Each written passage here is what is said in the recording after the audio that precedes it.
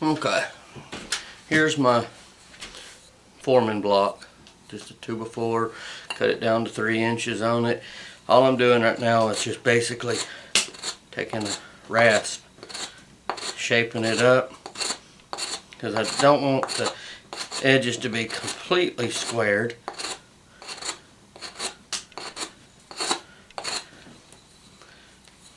And that's just basically all I'm doing with this rasp, taking that end of it there and just kind of rounding it. The actual cut sides where the factory cut on it, since it was a stud, it already is rounded.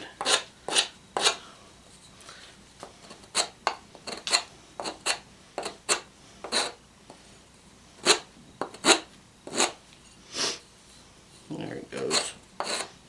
Got a little bit of a knot.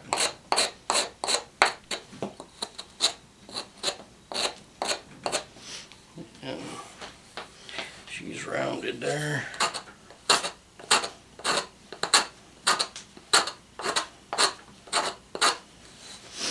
Where I cut it. Doing the same thing. But I'll get back with you when I'm done to save some time. Okay. Where I've got my fold, my line, just raising it up so I'll know I'll be right on it. It's another little, just pulling it right straight down. This little thing here, it stays fairly sharp. Just noticed in the last few projects it may be time to up the ante on it and get a new blade.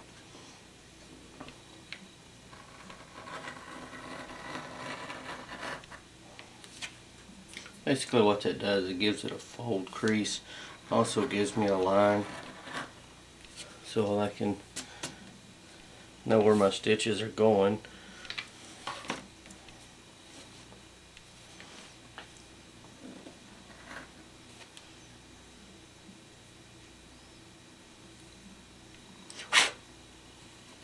I wished it hadn't have gotten dull right now, but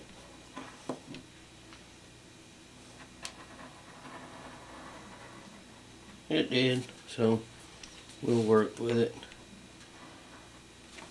But there you go. You can kind of see the edge where I put the line. That's going to be where my sew marks are. This here block is going to be a key factor to getting this to stay the way that I want it. And kind of gives you an idea of the size of the pouch. The leather strips I will cut, tack them in whenever I make that same pattern around, and I'm going to come in this way and come through and sew that in to where it comes into this way here. It's going to go through here, make that pass up, and go through that mark that I'll have right here on the other piece that's in there, and then that'll be my sewing part. And then it's just going to kind of come through all the way. So, excuse me. Let me get to working on that, cutting out those strips, and I'll be right back. Alright, it's time to put some finish on these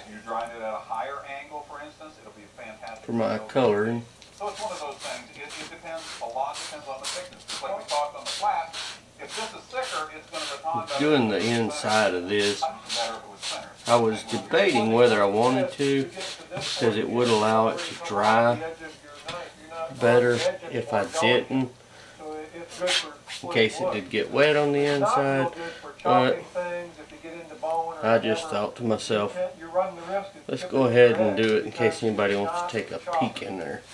And they won't look at me and go, really? You didn't do the inside? I am going to waterproof the outside of it once I'm done. Kind of hear the background over there. Listening to Blind Horse Knives talk about how different grinds very glad they did that because it really puts a understanding on how knives are made and what the purpose of one is for. And I wished I had seen that video a while back. It makes perfect sense. But anyway, so much about what they're doing. Back to what I'm doing. Basically just going to fill these all in. That they're getting some on the back, so I'm going to kind of touch it up as I'm doing it. And with proper control, you can make this knife do quite a bit. This is one of those things that sometimes something just gives you that feeling like you've got something. This is the first time I've ever used a sponge like this for any of my dyeing. So, really not that good at it. Don't know the purpose. But I'm always willing to try something new. This wood is going to get, and it's only going to touch at one point, somewhere along that convex edge, which is going to keep your drag down, which is going to make it split very, very nicely when I do on the bottom. It's all absorbed up in there. The thing about that is flipping it over now. It does give you that confidence with the grind. This is a very popular grind. A lot of companies make them. We're getting more into making them. We're getting a lot of requests out of it. And it is a grind that I'm starting to like quite a bit. Yeah, so I think I'll like that one. My two favorites is going to be the convex and is going to be the case. I'm kind of the same way. And that's personal preference. Everyone does have a different. We'll get down in that tooling real good. Remember, the main thing, always think, what is And give it some different looks. Am I going to everyday carry? That's absolutely personal. It is. And we don't want to tell you what to do. Whoa, boy, I got a little carried away then, didn't we? Check out a full convex. It's all good. So, kind of like an old belt color.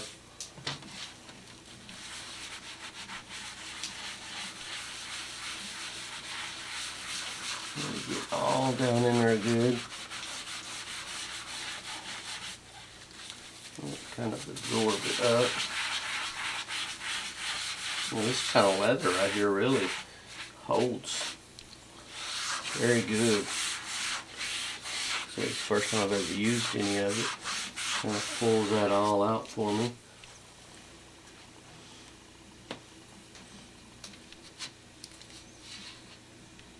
You can kind of see how well it's done. Now it's time to set it over here and let it dry down and do my other pieces. There should be plenty of dye left in that sponge from that last pour out. Shouldn't have to worry too much about putting any more on, but if we do, we do.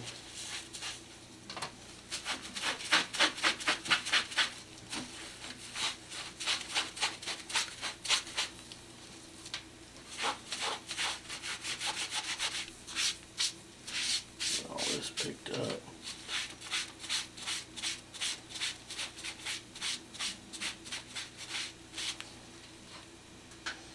Let it dry over here through the belt loop part. Absorbing as much of that we got in there in it.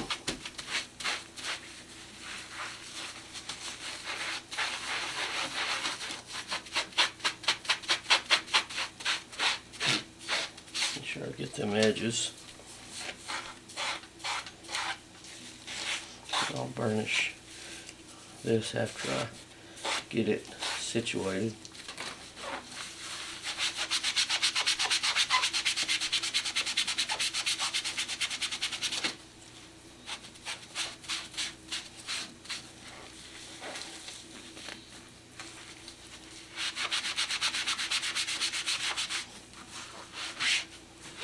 Get all this excess out of here so it's easier to clean the pan up.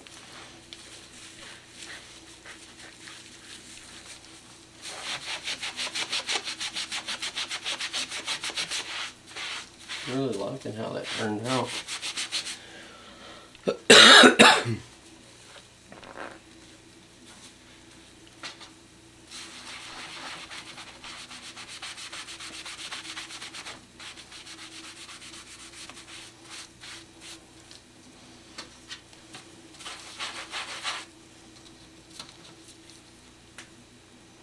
Let that sit there and dry and do the last corner piece.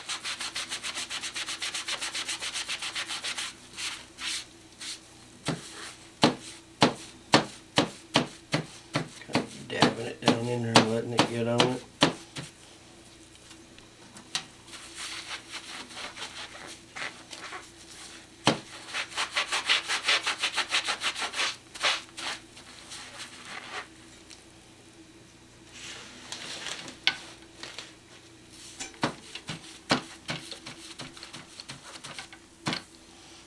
And time to let her dry.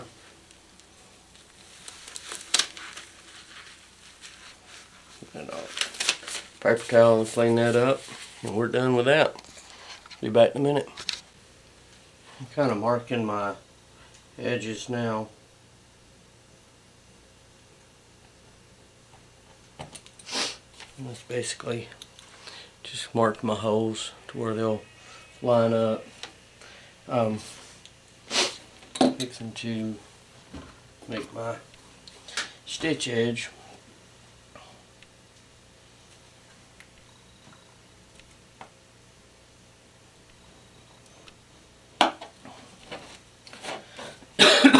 Same thing on this side. And then I'm just going to crank it out by eye looking it for the next stitch hole. And that looks about what I want. I'm going to perfectly mark that situation. It was just I want to have an eye across it.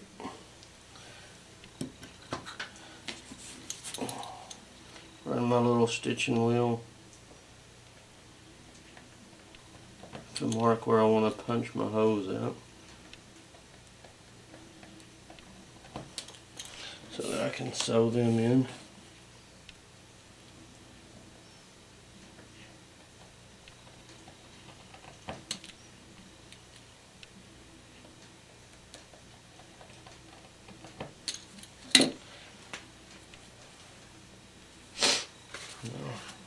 Here's my leather after it's dried down. I won't be sewing this tonight. I'm going to actually load, because I'm up to a good bit of minutes on the video. And I'm going to kind of load it, and then I'll probably get back to doing the rest of it tomorrow evening. Or it may even be a couple of days from now. But I'm going to mark my holes this time for my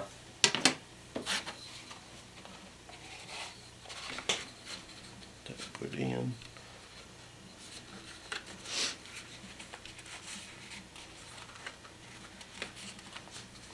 For my flap, or for my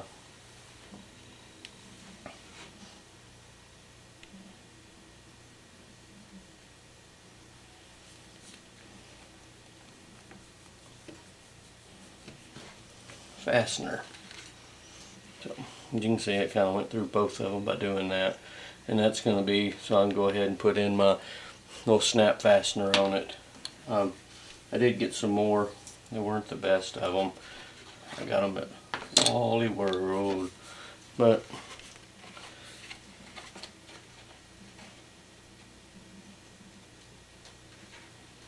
time to make sure I got my stitch where I want them at. And I'm not going to fold them like I have before in the past under. I'm just going to actually cut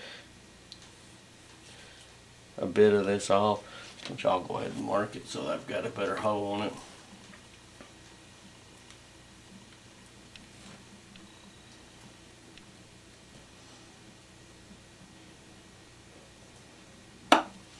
And the reason that I'm not folding it double this time, I've noticed that when I do that with this thinner leather, it actually makes a, I'm not sure what you would call it,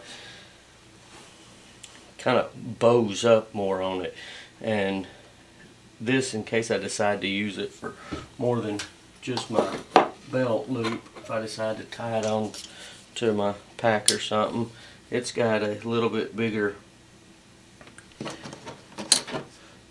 width belt on it.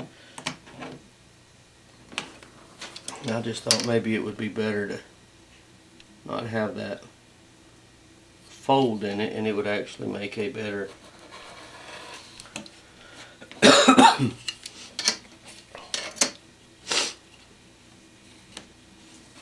it would make a better hold as far as flatter, as opposed to a bigger bouncing. Now before I do that, I'm going to go back and touch that up with some dye. But I'm going to get right back to it here in just a minute. I may or may not show you how I fasten that on there, but I mean I probably will. I'll just be back in a minute.